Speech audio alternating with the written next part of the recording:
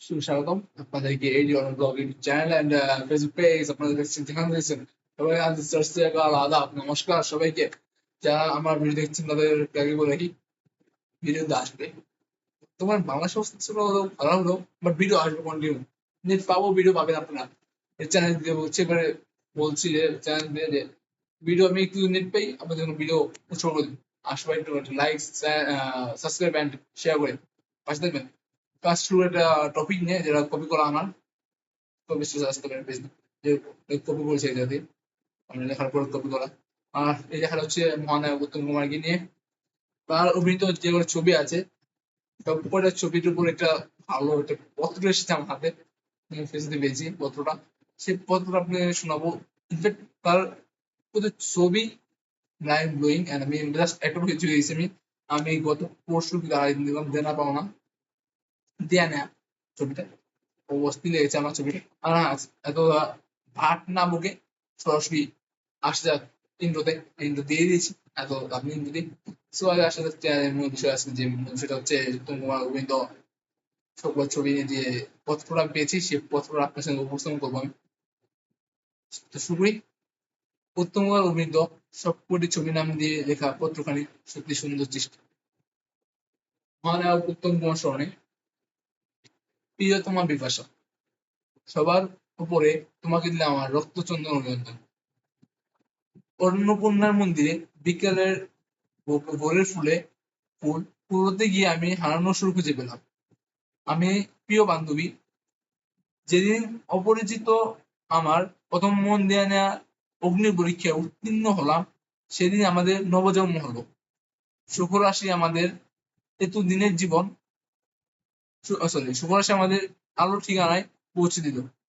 আমাদের এতদিনের জীবন জিজ্ঞাসার রৌদ্র ছায়ায় মিলেমিশে একাকার হয়ে গেল। এরপর মন নিয়ে খেলতে খেলতে তুমি একদিন হলে রাজমন্দিরের মতো।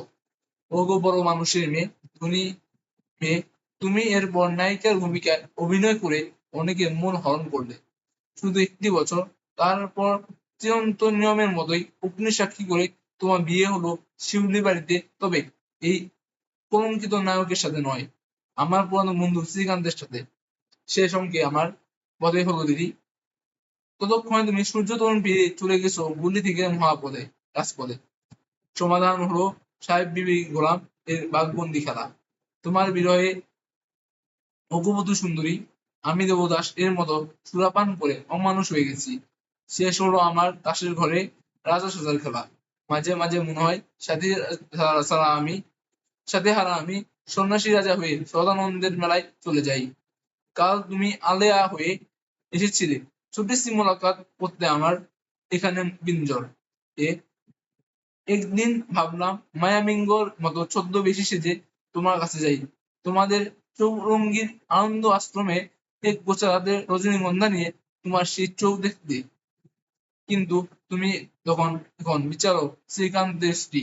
তাই বড় দিদি আমায় নিষেধ করলো তোমার শঙ্খবেলার উত্তরায়ণে আমার বিলম্বিত লয় মানবে মানবে না তাই। হাত বাড়ালেই বন্ধু অনেক পাওয়া যায়, কিন্তু ওরা থাকে ওধারে। বন্ধু অগ্নিশ্বর এর সাথে জীবন মৃত্যু উপেক্ষা করে এন্টিক ফিরিঙ্গির মতো মনোরূপদীপ্ত হিমলাস যাওয়ার ইচ্ছা আছে। এই ছিন্নপত্র এর বনবিলাসী কথাগুলি লিখছি না, শুধু তোমার আমার দুই পৃথিবীর ব্যবধানটুকু জানালাম। অভয়ের বিয়েতে সব্যসাচী বসু পরিবারের সাগরিকাকে বিয়ে করার প্রস্তাব দিয়েছিল, কিন্তু আমার এই জীবনে পাপমোচন করার ক্ষমতা সাগরিকার মতো ব্রতচারিণী রাজকুমারীর নেই। সেদিন চিড়িয়াখানা হয়ে লাল পাথর এর সত্যবতী মন্দির দর্শন করলাম। ওখানে জিঙ্গের বন্দি ৭ নম্বর কয়েদি ৭৭ বছরের রাজদ্রোহী রায়কুমলের সাথে কমলাকান্তাকে দেখলাম। বিভাস বলল, পরিস্থিতি ইন্দ্রাদি খুব অসুস্থ।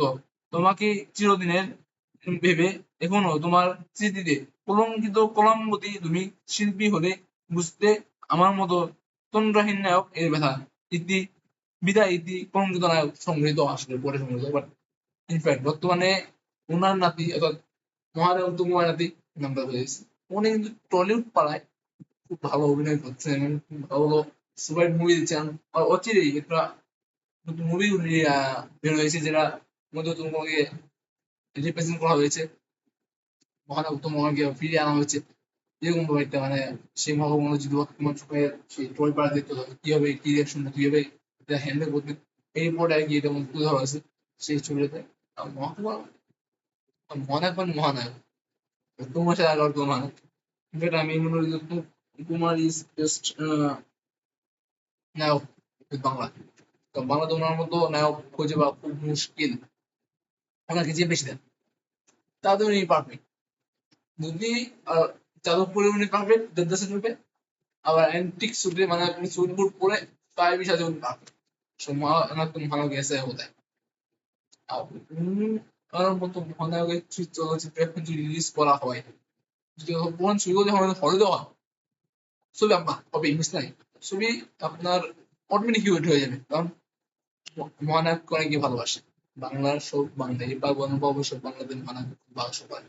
সো বিদায় হচ্ছে এখান থেকে, but নতুন ভিডিও আসবে বারবার বাংলা বলছি।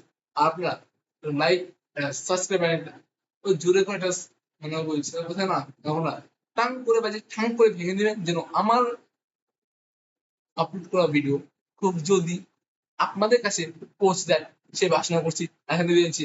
সালাম আলাইকুম, আদাব, নমস্কার।